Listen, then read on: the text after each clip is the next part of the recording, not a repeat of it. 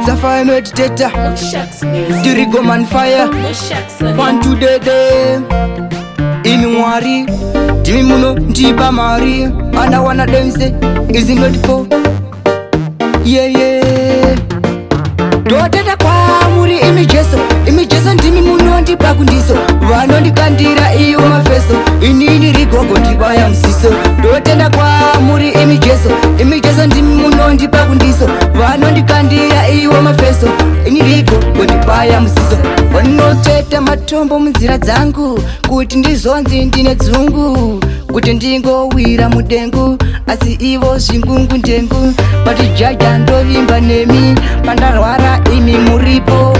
jaja mperi sesipo nawana demse doteta kwa muri imijeso ndimi muno ndipa kundiso vano ndikandira iyo mafeso inini rigogo ndibaya msiso dotenda kwa muri imijeso ndimi muno ndipa kundiso vano ndikandira iyo mafeso inini rigogo ndibaya msiso ndikaita mari wendonzi ndakaromba vanotoshuwira ndigowira mugomba bati zvakadaro mwari munotonga nyange ivovo ndisetera mapanga ndozvichaichija ndatadza kungoimba zvodzi unotadza vati sehove vachandimedza kana zvakadaro mwari muripo imi ndotenda kwa muri imijeso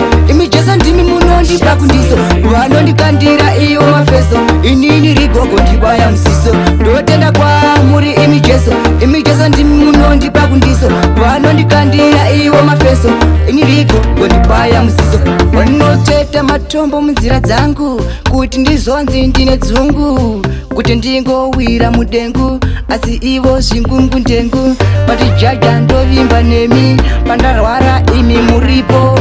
jaja mperi sesipo nawana demse dotenda kwa muri imijeso